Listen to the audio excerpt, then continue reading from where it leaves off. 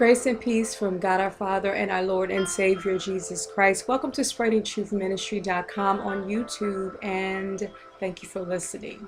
Today we'll begin part 2 of the series involving being single. All right. Today, this particular video will focus on young adults. And as I forestated in the other videos, this has been a passion of mine for some time, and I'm just willing and I'm glad that I'm having an opportunity to share just my views on the subject and what I think that people at this stage in life, at this category of their singlehood, what they should be focusing on. And I think that that's important, because I think if we have our priorities in order, I think that things will go a lot smoother for us. And of course, we cannot dictate or even predict what our course of life is going to take, but I feel like that through planning and through strategizing, I think that life can be a lot smoother. An unpredictable life can be much smoother if we have some plans in place. So first of all, I want to encourage you to please review part 1 of the series first before you go into part 2, because I think part 1 is for teens, but there's some really good things there and some things that you can benefit from in that message as well, because it talks about just observing relationships at a young age. And sometimes, you don't get that, you don't get that wisdom early on. And so maybe this is something that you can do even in your young adulthood. You can begin to observe relationships. You can begin to have a relationship with God and have, establish positive relationships, etc., if you didn't have a chance to do that in your younger years. So definitely view part 1, because I think that that will be beneficial to you as well, depending on where you're at in your life and obviously your life experiences, because I think that also makes a difference as to how you should approach this particular subject. Okay, so this video is about prevention. It's about prevention because we know the divorce rates are very high. So we want to prevent divorce. So I believe that, our attitudes during our singleness, our attitude and how we plan and how we look at this opportunity, I think will begin to set the tone for the decisions that we make for our future. Okay, so again, we want to encourage an abundant life in the stage that you're in. All right, this video is for the single young adults. In terms of introduction, in this phase of life, it's important to establish your adulthood. So you're single right now, and so the point, the purpose, the focus should be establishing your adulthood. That is the whole purpose. So set attainable goals. That would be number 1. Set attainable goals, short-term goals. Begin to set those goals, begin to write them down. If you haven't enrolled in college, let's say you finished high school, or you have your GED, have you enrolled in college? Have you enrolled in a junior college? Have you considered a trade school? Do you know what direction that you're going in? Again, view part 1. It talks about knowing what your passion is, knowing what you love, doing what you love. If you don't have that down right now, begin to think about those things. So finish school if you haven't. Continue your education. Go into some training and finish that training. Get your certificate to do whatever it is that you want to do. If it's the military, if you want to do the police academy, whatever it is that you desire to do, do it. Do it now that you're single, now that you don't have a lot of responsibilities. Now is the time to really get into it and get the things accomplished that you want to get accomplished without all the extra. All right? So do that. If you haven't landed the full-time job, if you haven't established the income, secure it. Now is the time to secure it. Do what you got to do. If you got to work 2 jobs, you're young, you have time. Do it. Get your money right. I'm telling you, when you get married or if you're considering marriage, money plays a very important role in all of that and providing for your family. So please lock it down. Get your savings together. Get your checking together. Get your investments together. Establish your credit. I didn't talk about that one, but establishing your credit is a key part, and we'll talk about that later. But these are the things that you need to begin to think about. If you haven't already have your driver's license, get a driver's license. I know people that don't have their driver's license and they're way up in their 20s. Get your driver's license. You got to drive your family around, right? So get your driver's license, get a car if you don't have transportation. If you're at that phase in life where you're ready for an apartment and you don't want to stay home with family, I would admonish you to get the apartment. If you're at the place in life where you can afford, and if you're responsible enough to get a house, get a house, invest in property. Now's the time to do these things. You don't have to wait to live your life, or you don't have to wait to accomplish things that you desire to accomplish. Again, set your short-term goals and accomplish them in your singlehood for yourself. Your goals for yourself. This is the time for you to focus on yourself, establishing yourself. But at the same time, again, a lot of things that you should view in part one, not being selfish. So right now, it really is a good time to be selfish, but your mindset should be always open to the fact that, what if I have someone else? I'm preparing for something better. I'm positioning myself to be a partner in something else, if that is your desire. Now, if it isn't, don't worry about it. Do you. Do you. So secure your income, get your driver's license, all of that. Again, it depends on your maturity, depends on your age level, depends on where you're at. Some people are finishing school. It depends on where you're at in this process. Some people are already in their careers. Okay, great. So get all the other stuff in order. All right, so just continue to listen, because I'm sure something will be here for you. Just continue to listen. So these are some things that I wish that someone would have told me when I was your age. I mean, seriously, when I went off to college, it was about partying. It was about just having fun. It was just, there was really no real sense. You know what I mean? It was like, okay, well, get a degree. Okay, get a degree in what? It was no real direction. So this is a really good time to really establish yourself, finding yourself and what you love, and honing into whatever your niche is, and just doing it and accomplishing whatever task that you have set. So again, set those short-term goals.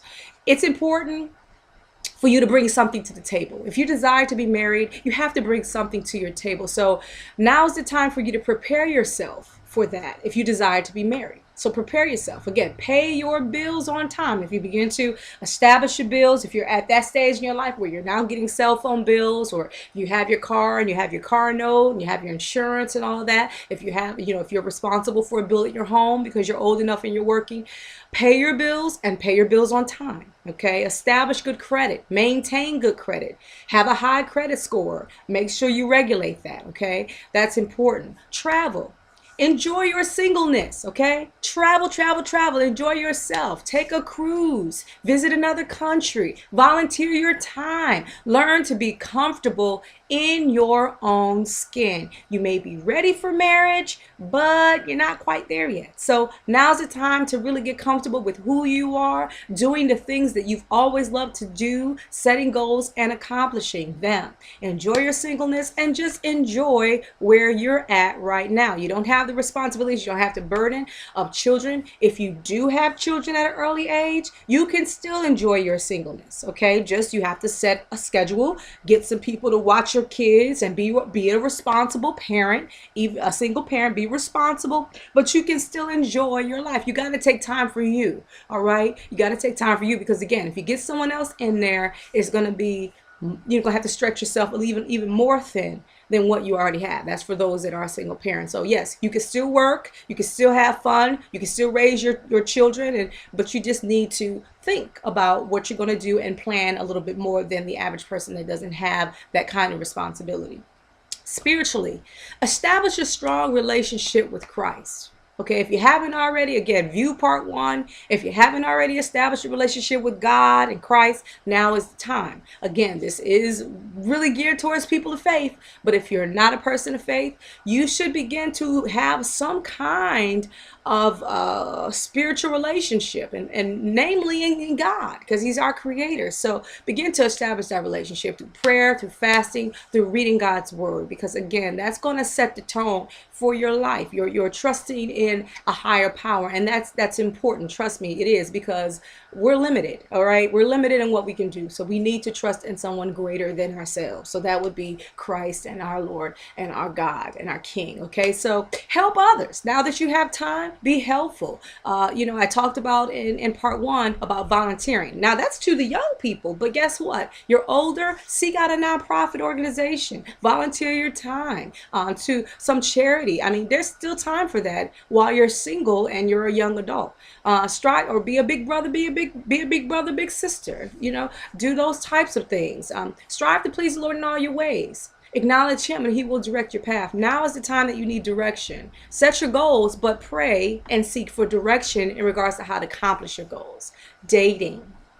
As a rule, establish what your intentions are in a relationship up front. If you do decide to date, some people choose not to. They choose to wait on their Boaz, or they choose to wait on, their Isaac. They choose to wait. Okay, some people, they're pursuing after relationships. I'm really referring to men and even women. They're positioning themselves to be found. Whatever direction that you choose to go in, whether you choose to wait, whether you choose to position yourself, if you're a woman or you're a man and you're heavenly pursuing, you have to establish your intentions from the beginning. What do you want? If you're not in a place that you're ready to be married and you want to establish friendships, make it clear that it's just a friendship. There's nothing wrong with having friendships with the opposite sex. Believe it or not, it's good.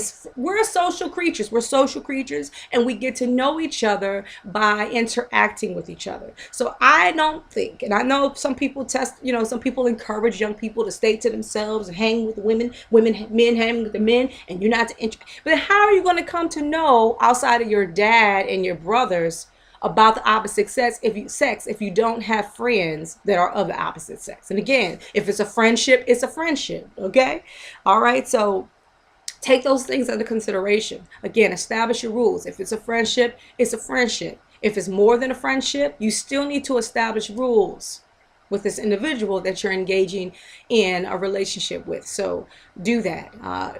Determine what you want in terms of qualities. Okay, if it's a person that you're seeing and you call yourself liking them, or you're interested in potentially having something more than just a friendship, what qualities are you seeking? Are you seeking a godly man? Are you seeking a godly woman?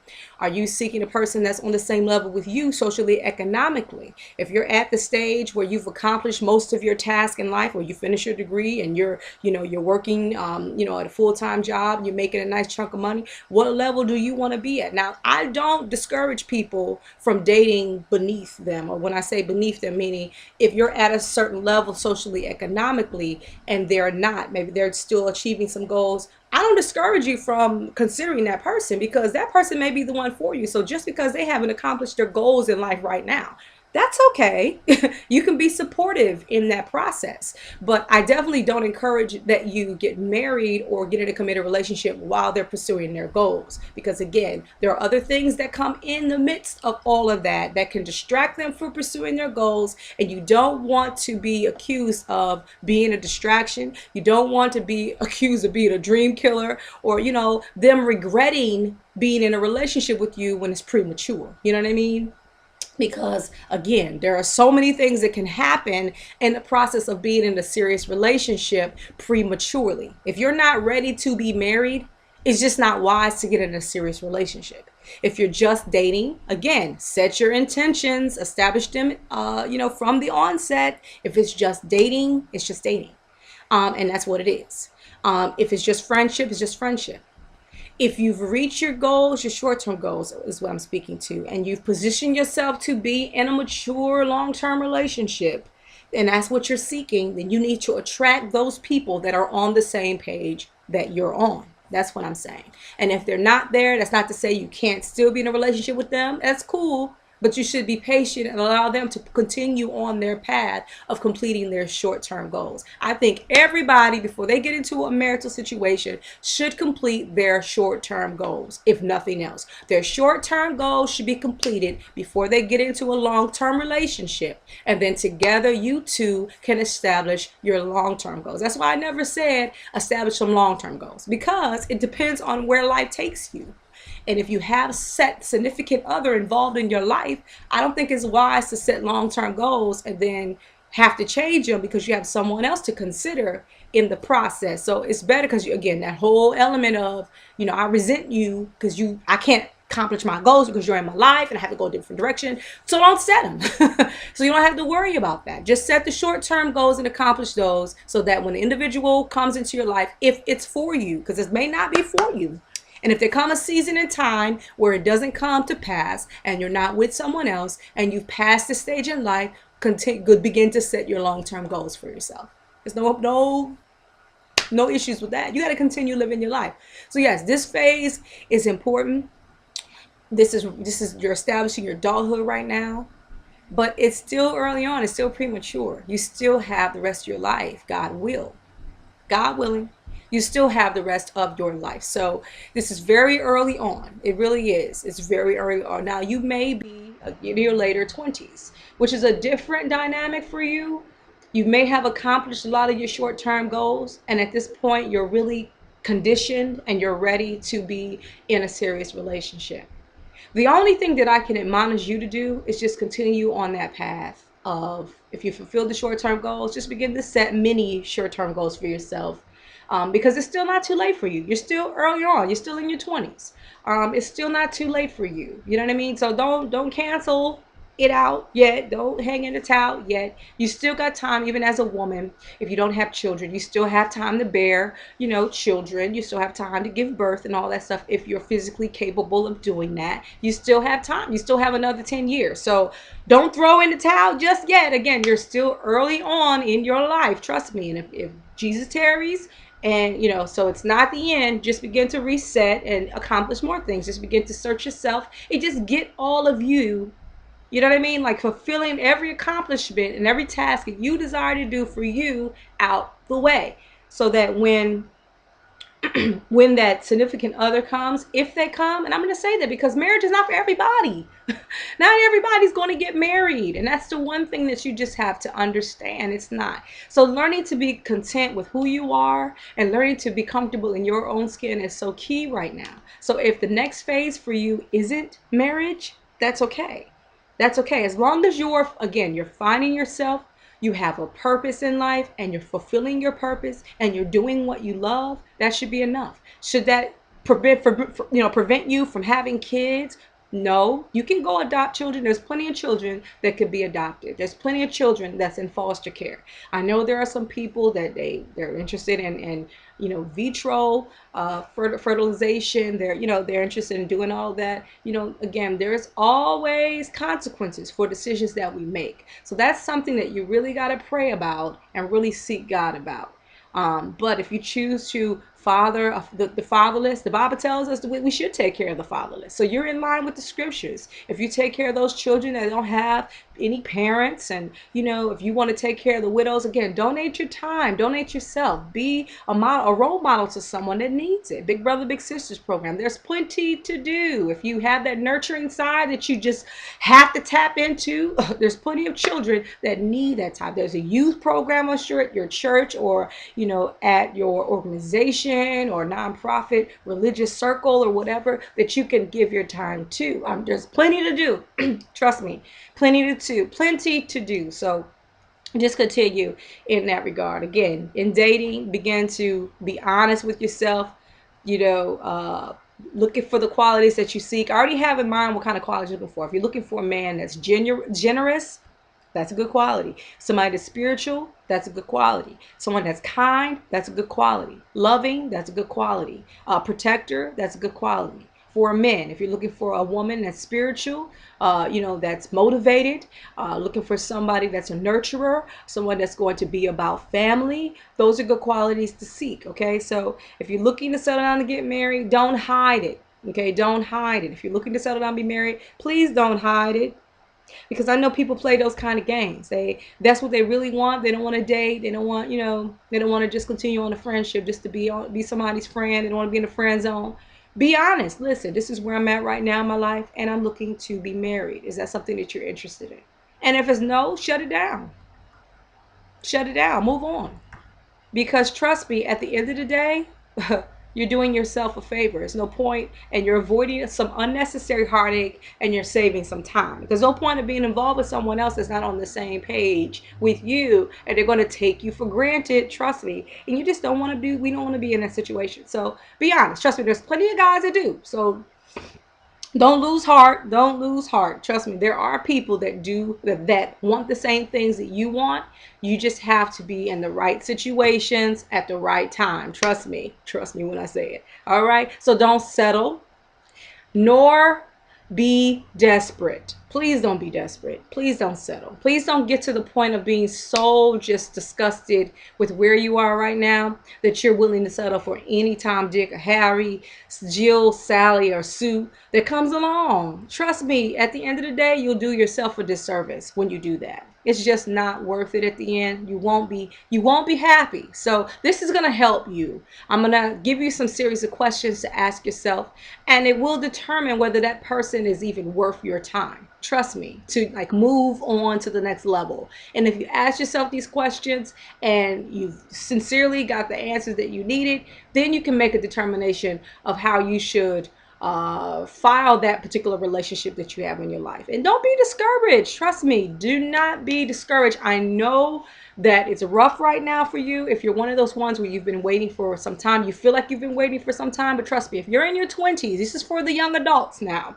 If you're in your 20s, you have not been waiting as long as you think you have. I know people that are in their 40s that still haven't met Mr. Right. So trust me, you're still way early in the game. Still way early in the game for you. So no, don't get discouraged too soon. If you're, again, establishing your goals, and if you're focusing on what you need to do to establish yourself in your adulthood, and again, accomplishing those tasks, if you're enjoying your life, if you're traveling and you're just having a good time, you won't have time to be thinking about anything else because you're going to be so busy. Being busy is the key. Trust me, being busy is the key. Donate your time to your ministry. Donate your time, to the youth, in volunteering, working, all this other stuff that you're going to be doing to occupy your time.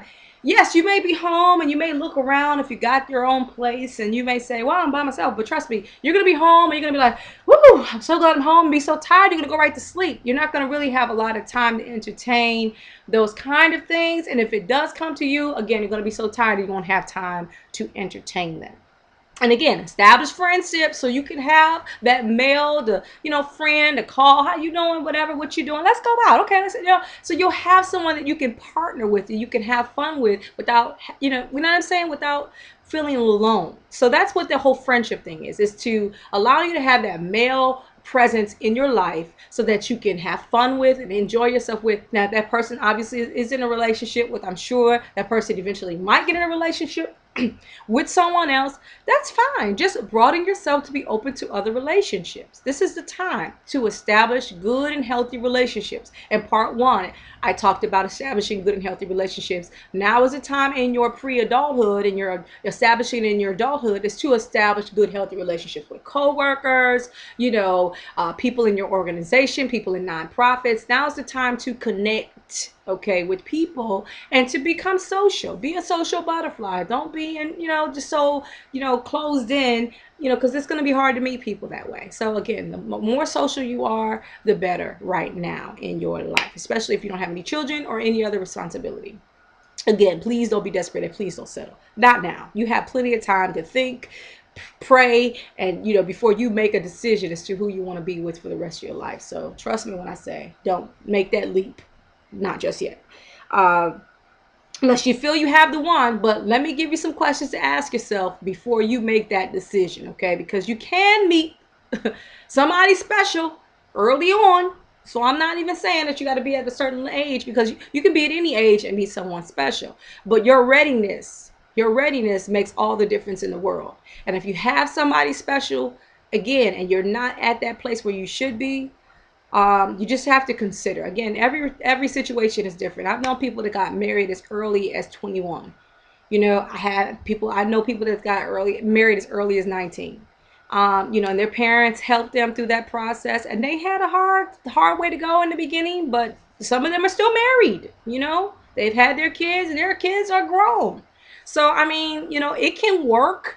But again, it depends on what phase you're at in life. And if you don't have that special someone, if you haven't met that special someone early on and you hadn't met them yet, again, this is for those people. And if you have met that special someone, again, I'm going to give you some series of questions that you can ask yourself just to confirm that person is the one for you or not. or not. Again, with prayer and seeking the Lord to make that final determination. But God has given us a little bit of what we call common sense.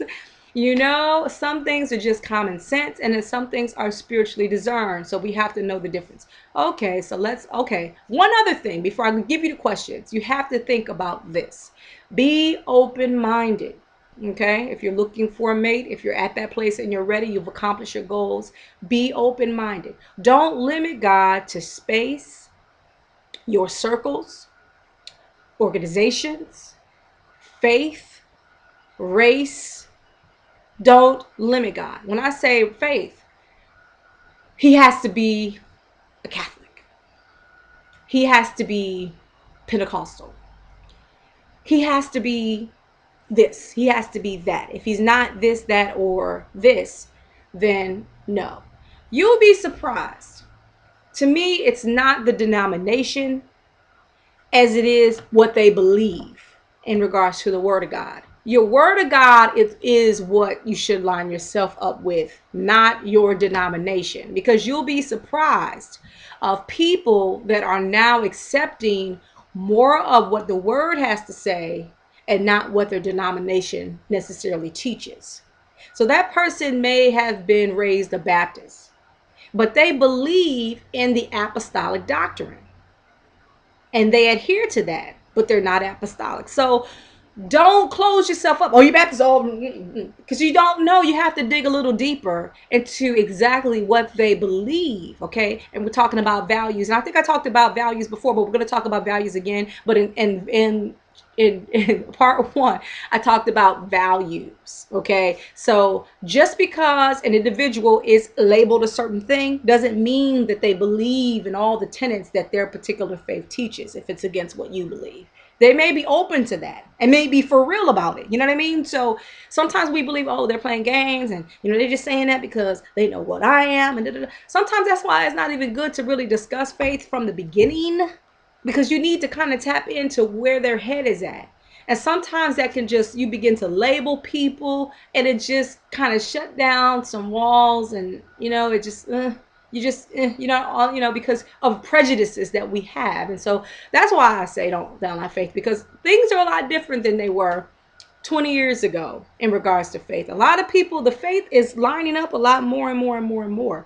I've known people that, like, for me, I keep the Sabbath, and I've met people that actually believe the Sabbath should be observed, but they go to church on first day. You know what I mean? They go to church on day one, first day. So if they believe the Sabbath should be observed, maybe they'll be open to it. You know what I mean? So I can't say, oh, because you go to church on Sunday, that you're not going to be open to that whole idea of, you know what I mean? Like, I don't know that. Again, allowing God in, but not limiting God. That's what I'm saying. Don't limit God.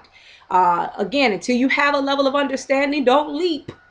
Don't leap until you have a level of understanding. But I'm talking about the initial getting to know the person.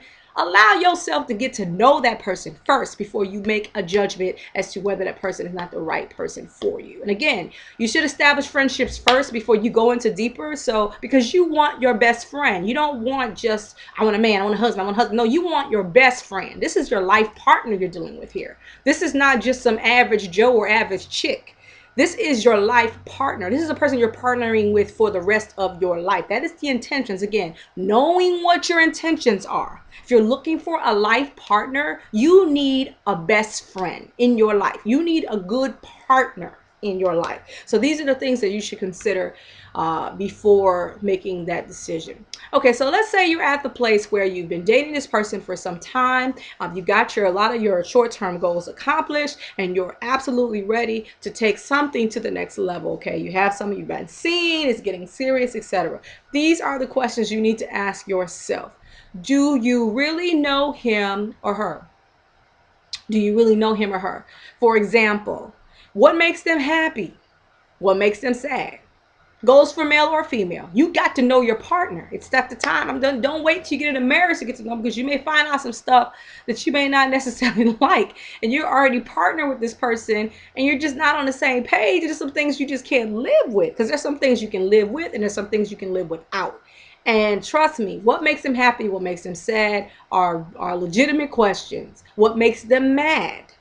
That's a legitimate question too, because it may be some ways about you that might trigger anger in them. You don't want that person in your life, trust me, because every little thing you do is going to make them angry and upset, and you just don't want that kind of relationship. You don't want it, trust me. You'll never make that person happy. You won't please them. So it's good to know initially if there's something about you that triggers something negative in them, that's an individual that you don't want in your life long term, or at all for that matter. But you don't want that. What are their likes and their dislikes? Okay. Their temperament. Are they a jolly person? Are they a fun person? Are they easily provoked? Are they closed off? What is their temperament? Are they slow to warm up?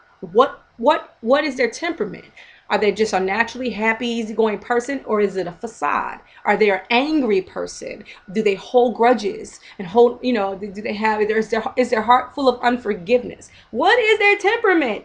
You should know these things before you leap into something deeper. Okay, know that their behavior. Begin to note their behavior. If they're immature, take note.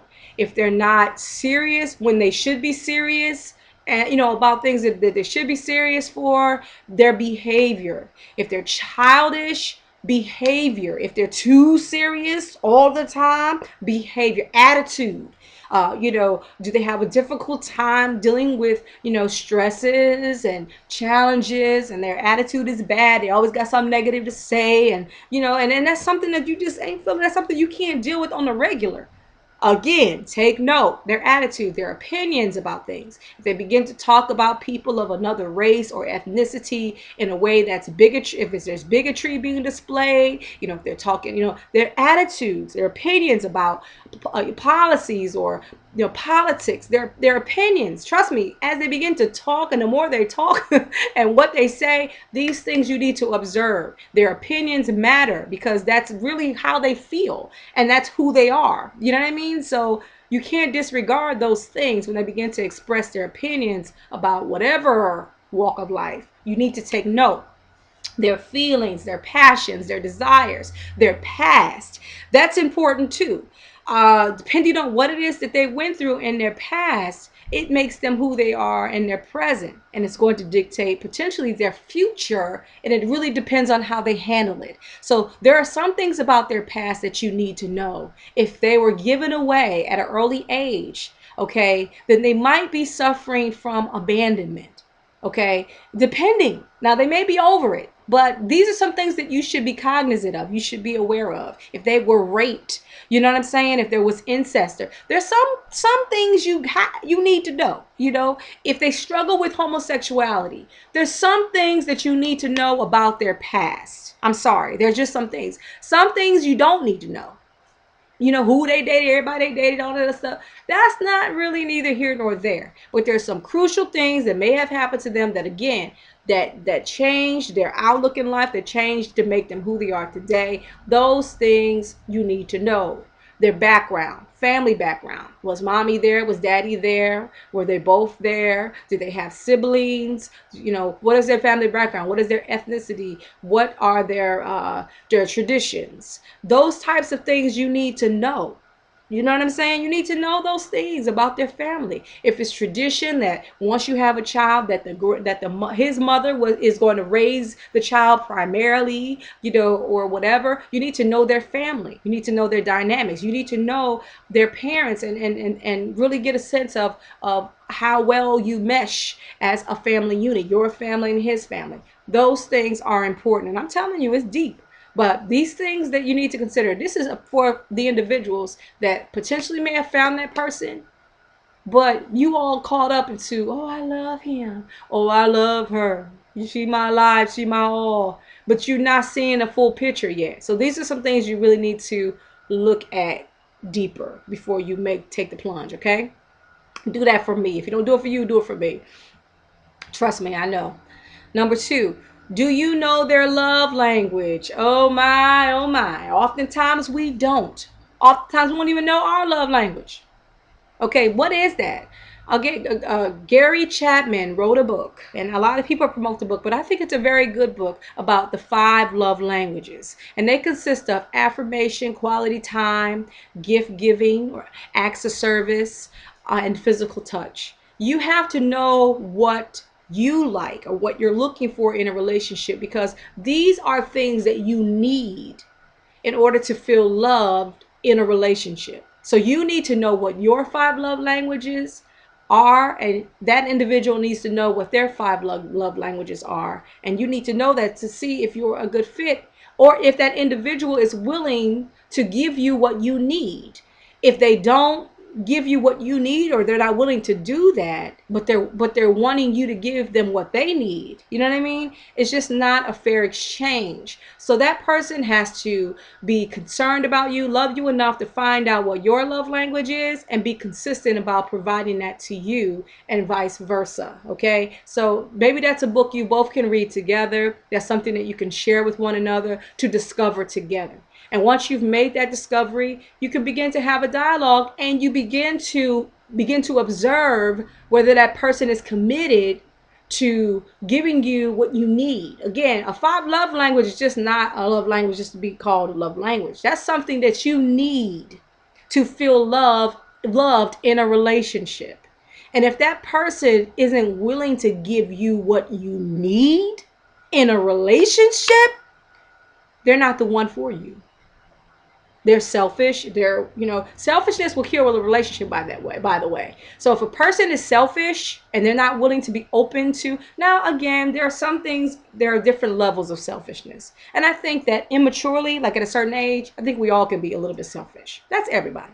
But if a person is so selfish to the point where they're not willing to compromise at all, they're not willing to collaborate with you at all, they are so into themselves, they do not care about what you think, that is a problem. That's problematic. And trust me, it's not going to go away during just the dating phase. It's going to go into your marriage, and you do not want a person in your life that's like that way. They're going to have to become mature and recognize they're that way so they can begin to make some changes. But until that happens, do not commit yourself to a person like that. If they're like that early on, I would not do that until you see some clear changes in their behavior. All right, so find out what your love language is. Look up the book. It's plenty of the book's relatively cheap online. It's Gary Chapman's 5 Love Languages. Okay, to determine what your love language is, and you all can work together to find out what their love language. If they know what it is and they tell you what it is, again, you're looking to see if what they're saying lines up with what they do. You understand? That's your job. Your job. You're an assignment.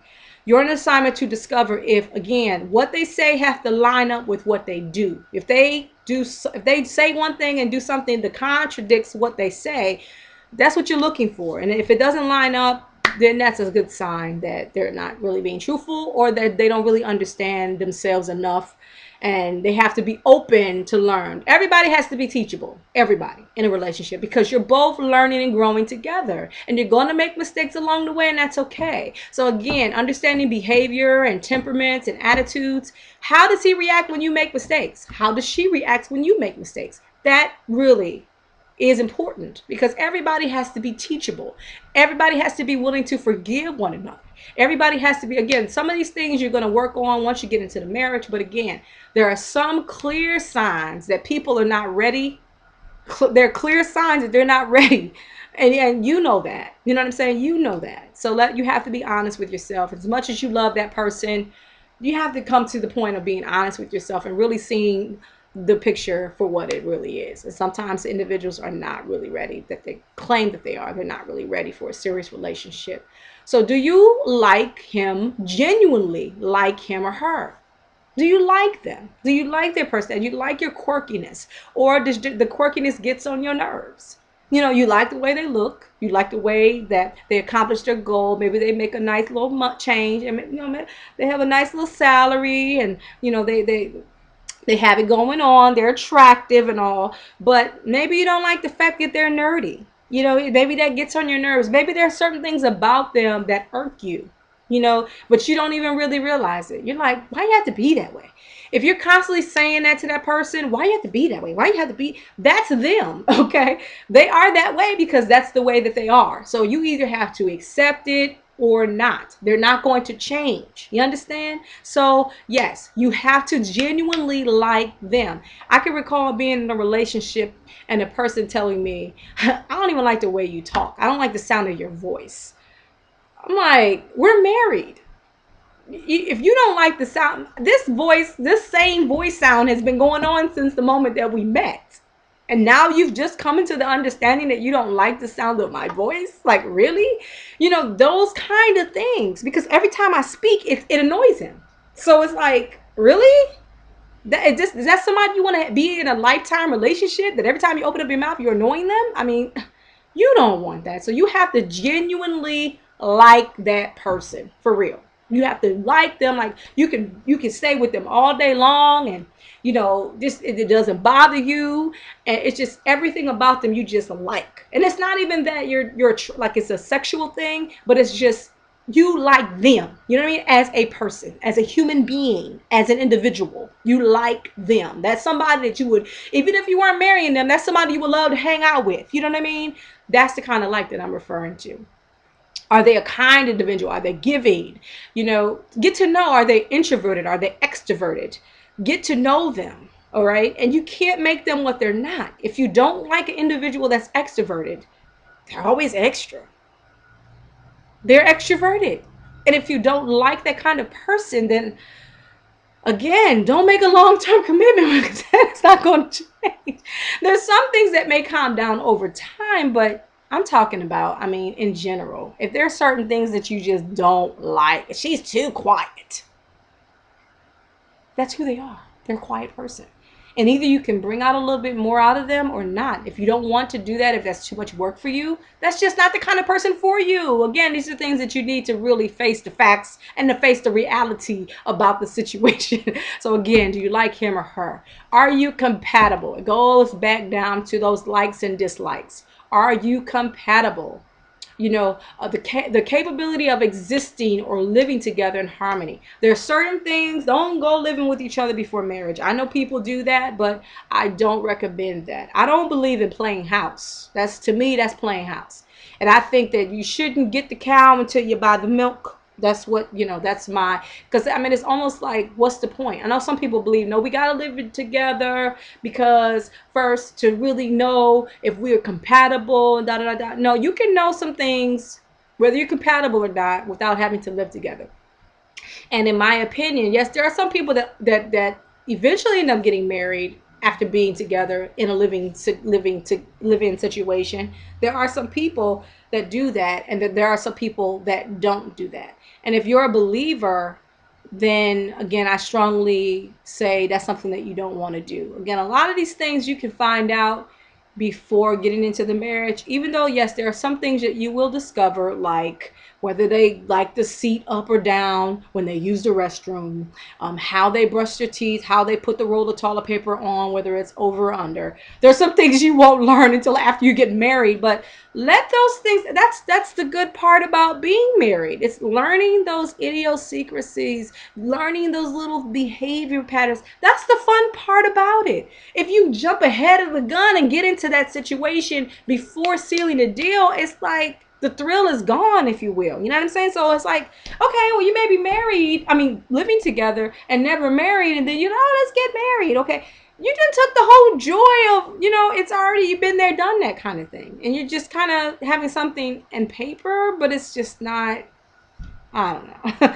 To me, it's just not, I don't know. I wouldn't do it. And if I were you, I wouldn't do it either. To me, it just takes the thrill, the whole thrill out of really just the fun of getting to know each other. Yeah, some things, it's the fun of getting to know each other, trust me, and the thrill of getting to know each other, and it's a fun thing. So yes, there are some things that you can learn about being compatible prior to actually being in the living situation. You don't have to live with them to really know, just in terms of behavior patterns and attitudes and opinions, and just some things you can see before you get married. You know what I mean? So a lot of things you can see before you get married, if you're open to it, and if you're given the right information so that you know what to look for. And so that's what I'm trying to do. I'm giving you the right information so that you know what to look for, so that you don't have to get into it to find out and then discover, oh man, this person isn't for me. Oh, what did I do? What did I do? You don't have to go there because you're doing the work now. Okay. Again, number 5, have you discussed family and individual roles in the household with this individual? Just what a dynamic would be in a family. Well, what do you think, how do you feel about, a husband staying home full time and you going to work? How do you feel about a wife staying home full time and you going to work and staying home with the kids, or just staying home period and you going to work? How do you feel about both of us going out and working and being career oriented? And how does that work for you? Or when children come in the mix, do you want children? Again, some of these things people fail to talk about. You may find out that person, I don't want any children. Huh? And if that's something that you really want and this person doesn't want it, that's a conflict. There's a question of compatibility at that point, because if that, you cannot convince a person to have something that they don't want. That's something that you can't do. And no matter how much you love them, that's why it's important to know these things before you get that big old L word in your heart. Because trust me, it'll just make it that much harder to get out of the situation. You begin to make excuses for them because of your love. The Bible talks about love. It said love covers a multitude of faults. That's what it says. So yes, you begin to see faults and it'll begin to cover it. Oh, it's okay. We all make mistakes. And there's some serious stuff that you need to be seeing. But you like, I love him so. Yes, he did just call me a name. Oh yeah, she did say I was stupid, but I love her. She didn't mean it. Okay, but this goes on every day. She didn't mean it. Okay. All right. So once you get that feeling of love involved, it really clouds your judgment. So at this is earlier on. If you really feel like this person is a good contender, they seem to meet all the qualities. This is what you need to start looking for. You need to start not looking for stuff to just I gotcha. No, you're not looking for I gotchas. You're not doing that, but you're just open yourself to see, okay, well, are we really compatible? And this is based on what I'm considering to see if that is the case. Even though I like him and he has these wonderful qualities, are we compatible? Are we really compatible? Is this somebody that I want to be with for the rest of my life? That's what you're doing. And that's okay. And that's what you should be doing. So you need to discuss family life. You need to discuss household roles. How do you feel about men cooking? Is that a thing for you? That's something that you'd be willing to do? Or how do you feel? Just ask them how you feel about it. Don't even say like, what is that something you'd be willing to do? Because sometimes people will say things that you want to hear. All right. So just say, well, what do you feel about meal? And don't, you have to see, and men too, trust me, you're going to have to do this too regarding your lady friends. Don't just sit and have a Q&A session. Baby. That's not going to work, because trust me, they'll begin to think about, if you plan this Q&A session, they're going to begin to look at you and begin to assess you and then answer according to what they think that you want to hear. Now, these are questions that you need to sneak into a conversation when they least expect it. Or when you see, if you're at dinner, it's like, ooh, you know what? Can you cook? Like, I love this dish and that dish. Do you? Or don't even, just casually say, it's just, I mean, how do you feel about, do you cook? Or what was or here's another way you can do it. You can ask him what, or her, you can ask them what was their family like in terms of their roles and household lives. Did your mom go out and work? Oh no, she stayed home with the kids. And trust me, you'll be surprised at what again, turn on your ears and hear in between the lines. If they say, "Oh no, mom stayed home. She didn't work." Oh no, she did not go outside the home. She was at home with the kids. That's all she did, and that's all and I want somebody like my mom. You just heard it right there. And you done been to college and you got your graduate degree and you done did all that to accomplish your short-term goals, to work in management, and you at a Fortune 500 company and you're making six figures, and you love what you do and you're doing what you love and what you're passionate about, to be connected with this individual that don't even want a woman like you?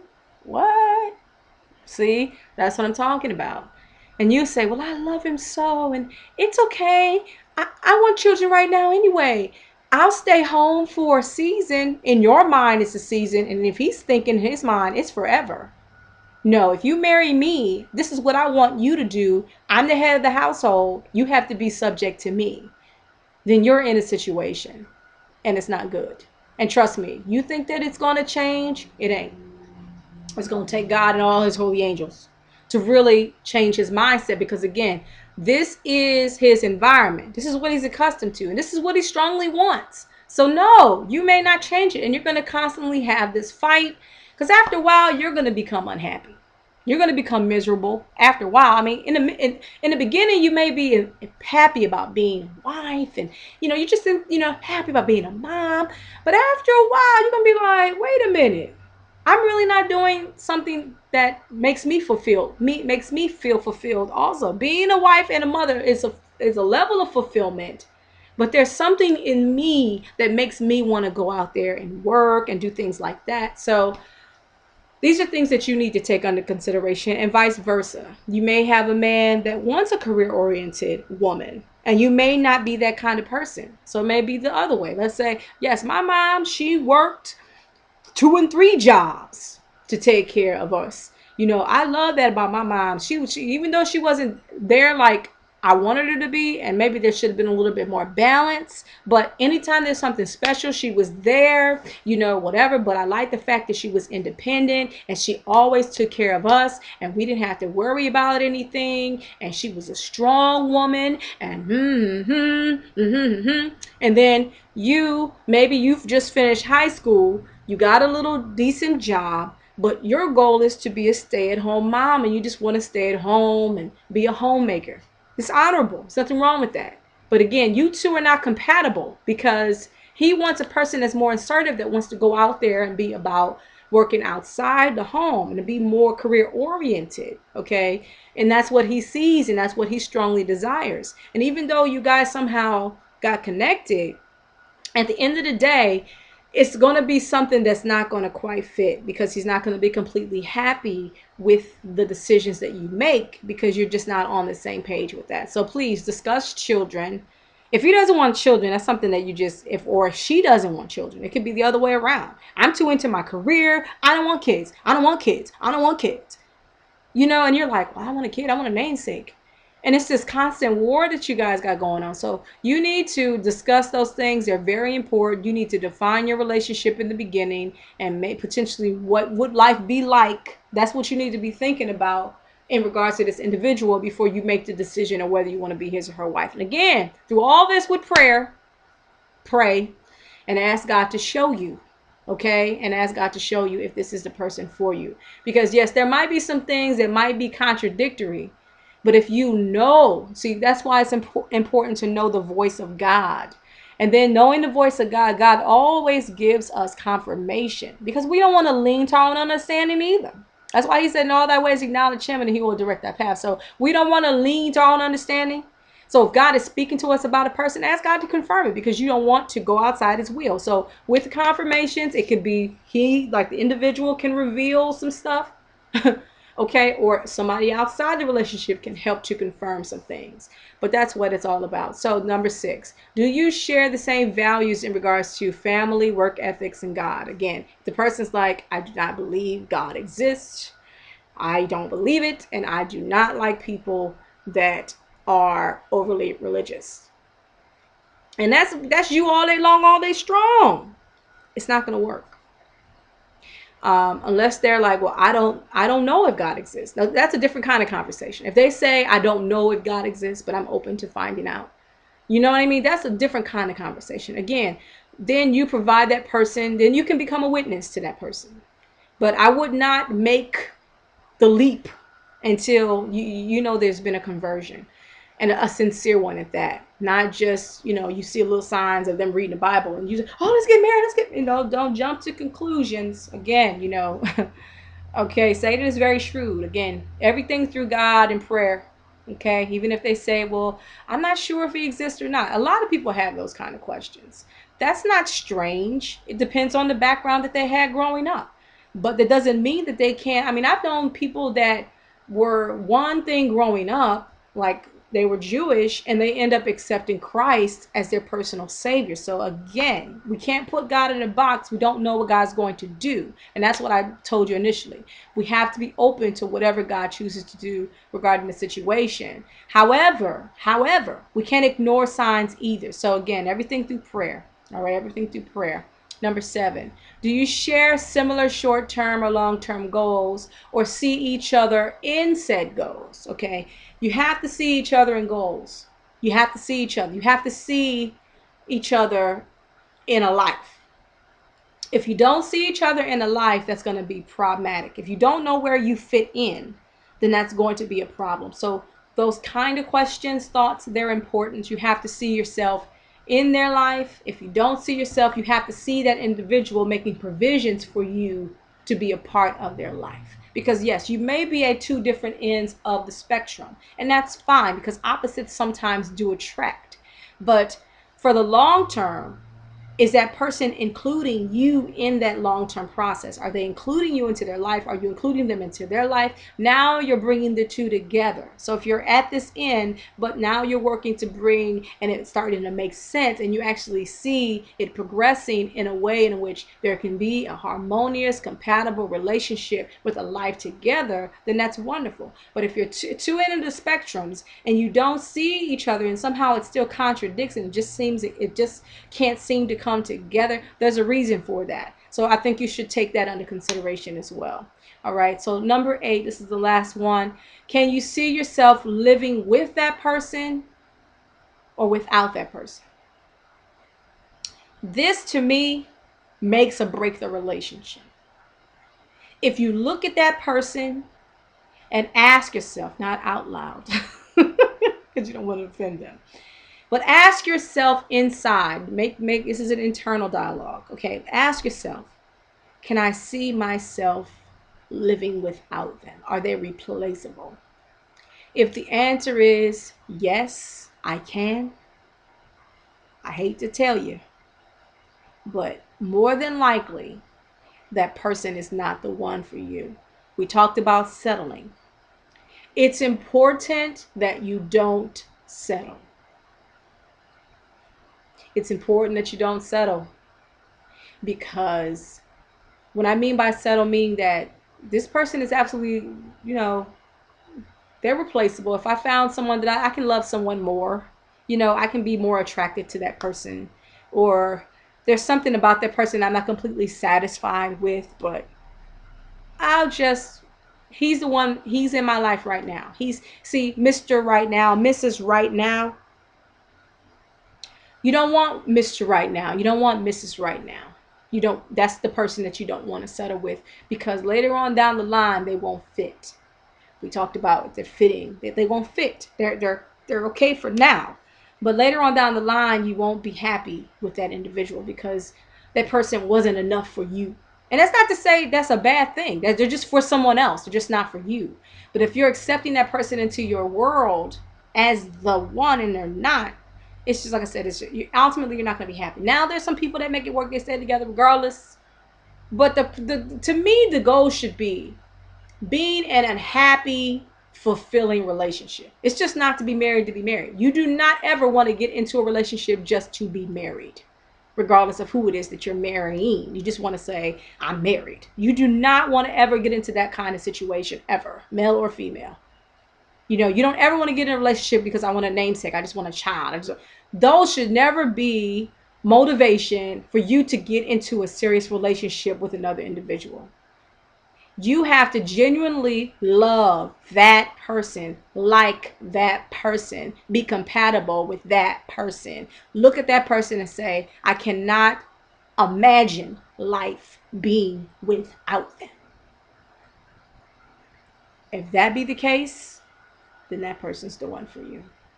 That's the one that you just cannot envision living another day if that individual was not the person that was in your life. That's saying something.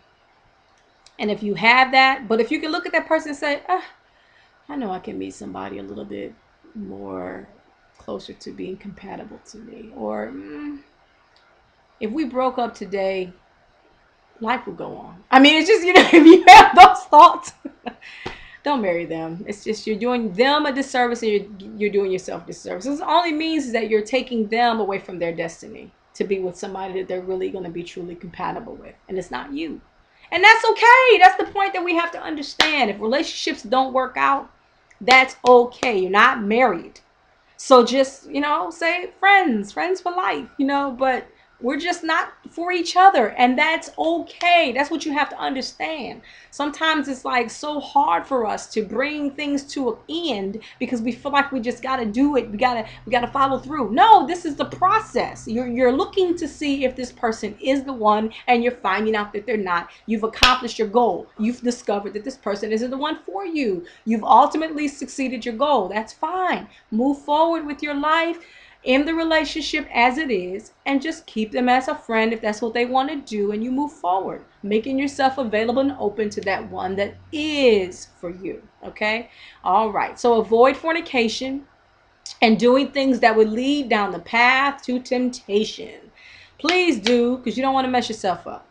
With age comes responsibility, okay?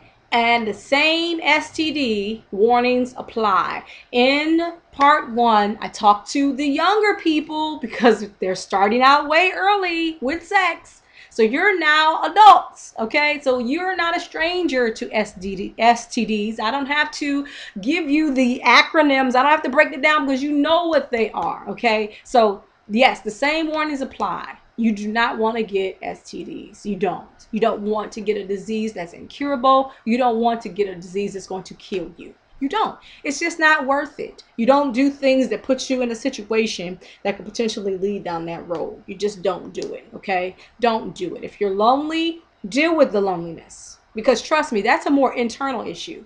And you can be in a room full of 1,000 and still be lonely. So being lonely, finding somebody is not going to fix that problem. I'm sorry. It's just not. Um, Loneliness is an internal problem. If you are lonely, and that's something that you need to come to grips with, because at the end of the day, you have to be comfortable with being by yourself. And I think once you're comfortable with being by yourself, inviting somebody else into your world will just make your life that much more better and complete. I just think that if you're lonely, then loneliness leads to desperate ness, and it just goes on to on and on. And trust me, and if you're desperate, then somebody's going to take advantage of you, and it's going to lead to other hurts and unnecessary pain, and it's not good. So you need to handle that. If you have issues of loneliness, issues of abandonment, God through prayer can deliver you, and a partner is not going to help you with that. That's something that you're going to have to deal with on your own. Trust me, I've known people that have gotten married and had kids, and they still feel abandoned. They still feel lonely. I don't care what their spouses try to do to make them feel secure. They still don't feel secure, because that's an internal struggle that they're going to have to deal with. They're going to have to seek for deliverance. So no, you don't marry because you're lonely. No, you don't. You know, you don't. You marry because that person is the right partner for you. You marry for the right reasons, having the proper intentions for getting in a situation. You don't marry for sex, because if you marry for sex and that person's not compatible and you don't like that person and they don't have all the other qualities that you need in a husband or a wife, you're still not going to be happy with that person, because at the end of the day, when the sex is over, okay, you have to live with that individual.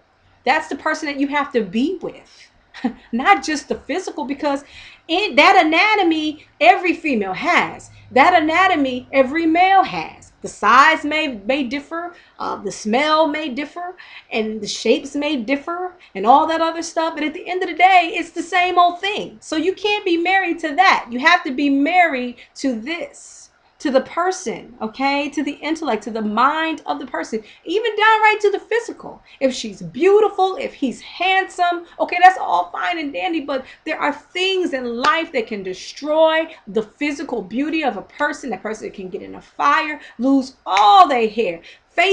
Contour their face can totally change. I mean, eyes can be gorged out, limbs can be chopped off. You cannot be so into the physical, and that if something happens, if they lose their hair, if they gray out, things happen as we progress. People lose weight, people gain weight. Um, Things happen to the physical, so you can't be so fixated on the physical that you don't see their heart, or you don't see their mind, or fall in love with their mindset, or fall in love with who they are genuinely on the inside. That is so key. That is so important. Till it's not any funny. I cannot even continue to, I cannot even, I mean, really, I can't even, I can't stop stressing it enough. I mean, seriously. So, and I think as young people, we get caught up into the physical. Oh, she's hot. She's got that body and that. But think about it. If she has a couple children and her body isn't one of those bodies that can snap back, okay, and she has a baby bump and that baby bump remains, what's she gonna do about that? You know what I'm saying? So we have to be honest and we have to be real with ourselves. And this is the realities of marriage. Everything doesn't always stay the same. Things change with life. And so that's how it is. So again, in the process, you'll get to know, you'll begin to establish yourself. Becoming established in yourself is understanding who you are, what you like or dislike, what your deal breakers are. If they're smokers and you hate smoking, please don't settle for a smoker if that's what you hate. No, it ain't gonna work. So there are some deal breakers. If they're drinkers and and your daddy was an alcoholic and you hate, I'm just dealing with it on every level, and that's something you just don't want to deal with. I don't care how much you love them. That's a deal breaker. If they're cheating on you even before you even get married, that's a deal breaker. You can't change, whether it be male or female. If you can't trust them, just some things are just deal breakers. If they're breaking the law, you don't want that. If they're unethical, that's something you just don't want as a married partner. You just don't want those types of behaviors. So, and that's not to say that you're to be ultra picky, but you should have standards. If they have to be 6 feet. If they're not 6 feet, I don't want them. That kind of stuff is not, again, that's dealing with the physical. And it's not good to have that mindset. You need to be open and you need to stay open, okay? If she's got to be shaped like a pop bottle.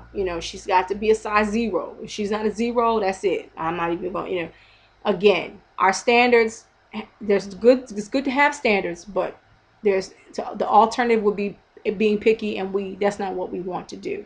So again, compatibility is the key. At the end of the day, don't wait for him or her to live your life. Live your life. And if being married and having a companion at the end of the day, if that's something that you desire, begin to position yourself for that. Begin to read up on some things. I encourage people to read. I don't think you should be consumed. To me, there's a difference between being consumed with it, being obsessed with it, and just genuinely getting the information to prepare yourself for that day. And I think there's nothing wrong with it. Just like a person can prepare to become a doctor, and they go through the schools and they take the exams and they go through the process of getting the degrees that they need and the experience that they need and the residencies and all that other stuff. I don't see any harm in preparing yourself for the next phase of your life. There's no harm in that. So if you want to read up on some things, read the Bible. Now, we want to do that. But after we've read the Bible, and if you're a man, don't just read up on the part of what the woman should be doing. Okay? Read up on your part, because at the end of the day, you are responsible for what you do in the situation. So again, it's about preparing yourself. It's not about being concerned about what necessarily they're doing, even though hopefully that individual should be on the same page. That's why I'm trying to deal with both male and females. If everybody stays in their lane, and if everybody focuses on what they need to do for themselves, when you get into a situation, you'll be a good partner. So if a man looks at those scriptures that pertain to them loving their wife as Christ loves the church, that he gave himself for the church, and all of that good stuff, washing with the water of the word, and all that good stuff, and loving his wife and considering his wife and all that beautiful stuff, and he's open to that and he's willing to do that and practice that on his day-to-day, that's a beautiful thing. Do that. And if the wife, the potential wife, look at those part when it talks about submitting to her husband, honoring her husband, this and that and the third, okay, obeying her husband, then yes, you do that. And if everybody does what they're supposed to do, when you come together, it won't be that many problems. There's going to be some challenges, But the two of you will be on the same page. So read outside sources about getting along. Don't be so rigid. It is your relationship. Now, I talked about observing other people's relationships, and I think sometimes there is a danger in trying to insert other people's situation into your situation. Your two individuals coming together. Your relationship may be a little bit different than everybody else's relationship. You do what works for you. You may have a husband and a wife, let's say your parents on both ends. They may do something totally different than what you two decided to do with your life. And that's okay. You know what I mean? You have to do what works for you. Your dad may be the breadwinner, okay, in both ends. And you may come into a situation where, if he decides to go out and make the money and you stay home since you have children, you may decide that, well, if you do that, then the earning potential won't be as great, because maybe he will only make between $30,000 to $40,000 a year. But you, as a female, you may have an advanced degree, okay, and you may have a specialty where you're going to be making from $50,000 to $70,000 a year. Does that mean that he can't stay home and take care of the children? I'm sorry. If that's something you two can come together and say, listen, the earning potential is here. I think would be better if I go to work. And then you can go back to school and take care of the kids. I think that's terrific. If you two can come together and agree, that's your family. And if he can learn the skills, because he can learn the skills to be a stay-at-home dad, just like you can learn the skills to be a stay-at-home mom, because every woman is not a mother. I'm sorry. There's some women that I've seen take care of their kids. I'm sorry. And the husbands sometimes are much better at it. So again, whatever works for you, it's your life. There's nothing in the Bible that says that can't happen. So again, you guys have to agree what works for you, okay? And don't allow for people to come into your situation and dictate to you what your life should be like. Your standard is, let me show you. The Word of God. I know my Bible is kind of, I read a lot, it's rough, but the Word of God. If the Word of God didn't say, then don't allow people in your life like that. They'll dictate to you what life should be like for you, because if it works for you, it works for you. You understand? Please take note of that. Male and females, don't allow people into your relationship. It's between you and them, and you and them need to go to him, okay? That's important. Again, I'm not saying shut out wise counsel, but everything that's wise in terms of counsel comes from the Word of God. And if they're not coming from the Word of God, or there is no scripture that's supporting what they say, then again, you have the opportunity to accept it or reject it. And the Spirit of God will give you that guidance and that leading as to what you should do. So I hope you enjoyed this. It's so much more that I can say to the young adults, but my prayers are for you, because it's such a very sensitive and yet crucial time for you. This can make or break some things for you. This time in your life could really make or break some things. But just know this: if you get into a situation and it didn't work out, because I know there are some young adults that are divorcees too, and the next I'm going to talk to adults next, and I'm going to talk to divorcees next as well. So there might be some young adults that got married early, and now you're a divorcee. You got married early, and let's say you didn't ask all the right questions, you didn't observe properly, and you got married for the wrong reasons. Maybe you were pressured into it, or whatever the case may have been. There's hope for you. There's hope for you. Be encouraged. Even though you're young and you may say, my life is over, don't say that. Your life isn't over. It has just begun. Now it's just a new chapter that you're embarking upon in your life. And we have to look at it that way. Just because we go through things in life and they don't work out the way we want them to work out, or we didn't listen, or we didn't make the right decisions, doesn't mean that our life is over. Even if you got an STD that's incurable, your life isn't over. There's still life to live. There's still life to live. And it's not to say that you can't even get married, because you'll be surprised. Maybe there's someone else with the same situation with you they'll be open to being in a relationship with you because they can relate, because they're in the very same situation with you. You know what I mean? So again, we cannot, and God is able to heal. God is able to deliver. God, there is no disease that God cannot cure.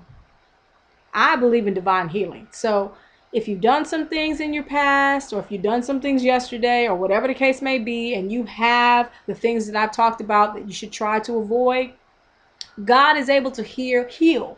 Commit yourself to God. Don't just do it to get the healing, but do it because you love him, and do it because you want to get to know him in a real way. And at the same time, reach out to him for the deliverance that you need, and ask God to keep you, because you need to be kept. Because once you've opened up that door to, having sexual relationships with people, unless you get deliverance, it's hard to close that door. It's hard to close that door. I know for myself, it's hard to close that door. So allow God to process you. Not everybody marry as virgins. I mean, let's just keep it real. We're in 2013. We just have to be honest about this thing, even though in your church, born and raised. Not everybody's marrying as virgins, okay? So I'm just keeping it real with you. But you can make a commitment to be kept. You can make a commitment to be virtuous. You can make a commitment to preach or to practice abstinence, and to tell your friends we should abstain from this activity, because we want to be right, to be prepared for our mates. We don't want to be confused, because once you give yourself away, you open yourself up to all kinds of spirits. You do. And it just makes life difficult for you to be with one person, because you have all this stuff going on. And I think Juanita Bynum, she preached a good message about no more sheets, and about, once you open yourself up, because marriage, according to the scriptures, is when the two come together, you become one, and they come together in a sexual manner. They didn't have what we currently have, the justice of the peace or whatever. They had their formal way of coming together, but sex is what caused them to be married. So yes, when you physically give yourself to somebody and it's multiple partners, you give a piece of yourself away. So that's why I said you don't want to do that, and you don't want to start doing that, because there's going to be a element of confusion, and you don't want that life for yourself. You don't. So I just want to just pray for you, and to just encourage you to hold on, and to just focus on doing what you need to do for you, and to set your short-term goals to accomplish them. And trust me, when the time, and prepare yourself to be a good companion, and to be a partner in a relationship such as marriage, because that's what it's about. It's about partnership. It's not about, well, I'm trying to get, somebody that's going to help me. No, the wife is a help meet, but guess what? Your job is to help her too. You know what I mean? And vice versa. So we're not trying to get somebody so that we can get a slave. We're trying to get a life partner so that we can walk together. The Bible talks about the marriage being where you walk together. And that if there's problems in a marriage, it can literally cause your prayers to be hindered. Males. So the relationship that you have to one another is so defined that when you don't get along, it can literally hinder your walk with God. That's what you don't want. That's why it's important that you choose the right companion for you, whether it be male or female, and that you're compatible, that you're on the same page as much as humanly possible. And again, you're going to have some challenges. You know why? You're a human. You're going to have challenges because you're two different people with different backgrounds, and you're coming together, and that's fine. But there are certain things that you can avoid by making the right choices. Again, my prayers are for you, and I hope you enjoyed this video. Shalom until next time is my prayer, and God bless.